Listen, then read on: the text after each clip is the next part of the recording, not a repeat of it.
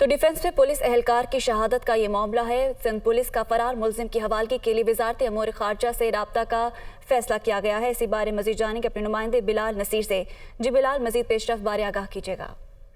جی بالکل، یہ سندھ پولیس کے جو سپاہی ہے اس کو قتل کر کے ملزم سویڈن فرار ہوا ہے۔ اس پر وزارت خارجہ کو جو ہے وہ خط لکھنے کا پولیس نے فیصلہ کیا ہے اور خط ایک لکھ دیا گیا ہے۔